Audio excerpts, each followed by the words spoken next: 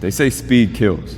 And in damn near every sport, they're right. In basketball, a lot of the time, it's you and somebody else. You speeding up with a quick burst to beat a defender. You defensively trying to keep up with your matchup. Running in transition with somebody. All of these make getting from point A to point B quickly very, very valuable in basketball. Now, of course, being able to change speeds and slow down and play at your own pace strategically is also just as important.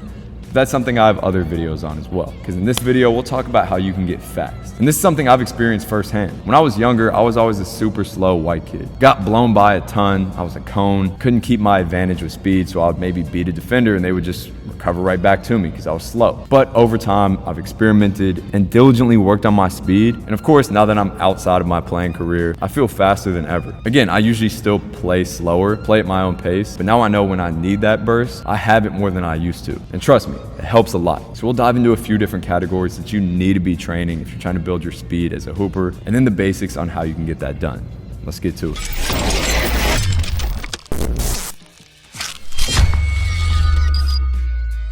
All right, so first off, let's identify what basketball speed actually is. And we got to start all of this by looking at the distance of most sprints in the game. Think about it. The basketball court is maximum 94 feet, and it takes about 100 feet minimum to get up to 100% speed. So if you do the math, you're never really actually getting up to 100% speed. Most of hoops is centered around quick, short bursts around, let's say, 3 feet and 50 feet, which is unique, right? Soccer is more about long sprints and lots of jogging. Track is obviously more short sprints and in a straight line, but basketball is just a ton of quick acceleration. Also, it's very multi-directional as well. You're running in curves, moving laterally, and then straight, and then backwards. So speed isn't just about how fast you can move in a straight line, but really all directions. So when we train, we got to prepare for this. So first off, we'll talk about the first few steps, so what we would typically refer to as first step, but what I consider usually to be the first 3 steps. Mainly because this is obviously what starts any sprint, but also because it may be the most important to get that initial advantage on a defender or even defensively. And this comes down to a few methods of training. First off is power, and just think of this as developing the raw horsepower, and training this comes down to identifying and targeting a few physical qualities. First being general strength, so just overall getting strong, which for most young hoopers is probably the best way to get started since there's a lot of low-hanging fruit here. Whether it's using bilateral or unilateral strength exercises, the stronger your structures are, the more potential you have to generate force, and exactly how you do that isn't that important. Then you got hip extension power with exercises like hang pulls, broad jumps, sled pulls, and many more. Because acceleration is very reliant on being able to extend at the hip powerfully, so we want to build this as well. Then you have ankle stiffness. This can be with extensive plyos, just building stiffness at the ankle,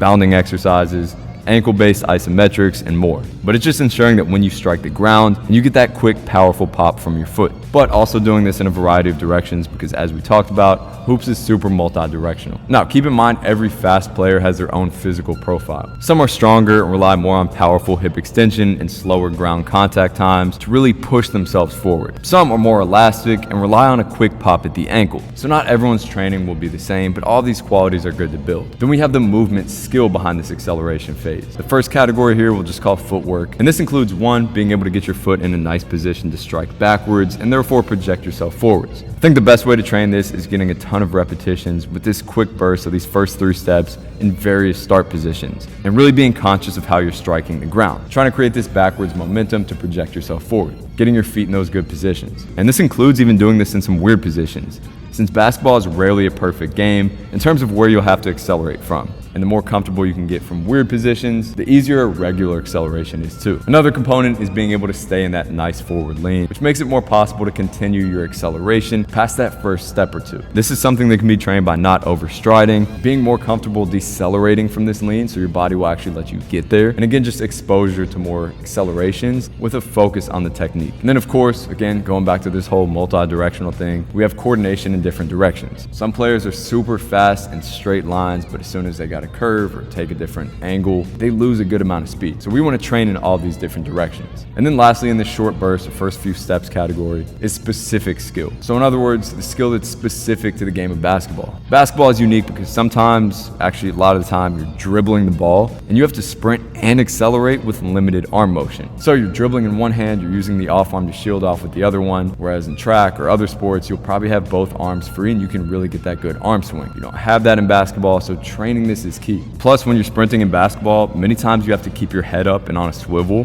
which means you can't really get into your standard track-like acceleration. And one of the best ways to do this, just playing 1v1 in short bursts.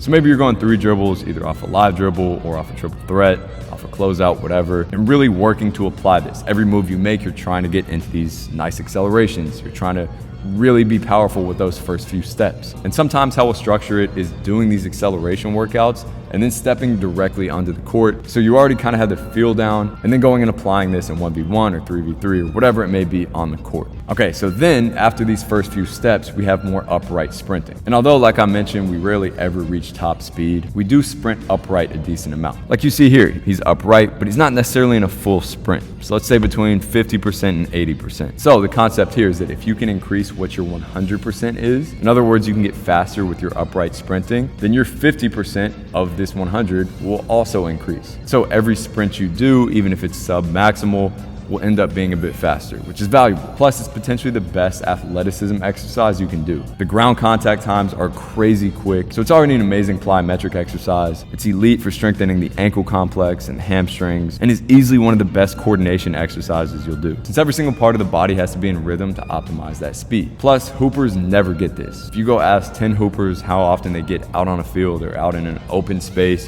and run at 100% speed while they're fresh, I guarantee you maximum one will say that they do maybe once a month. So there's a ton of low-hanging fruit here. And then lastly, category number 3 is the conditioning side. Being able to maintain higher speeds throughout the game. If you and another player are the same speed when you're fresh, but you can maintain that further into the fourth quarter, well, then you're gonna be faster when it really matters. So moving fast when tired is key, and it's something I don't see enough.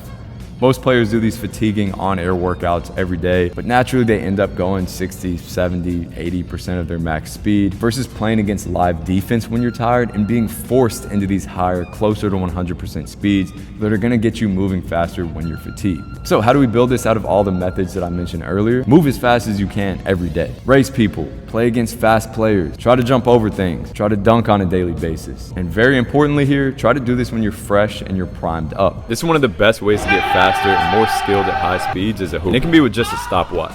So what we're doing is timing these sprints to get their top speed and then trying to keep 90% of that top speed with ball handling, shooting, curved angles, and even finishing involved.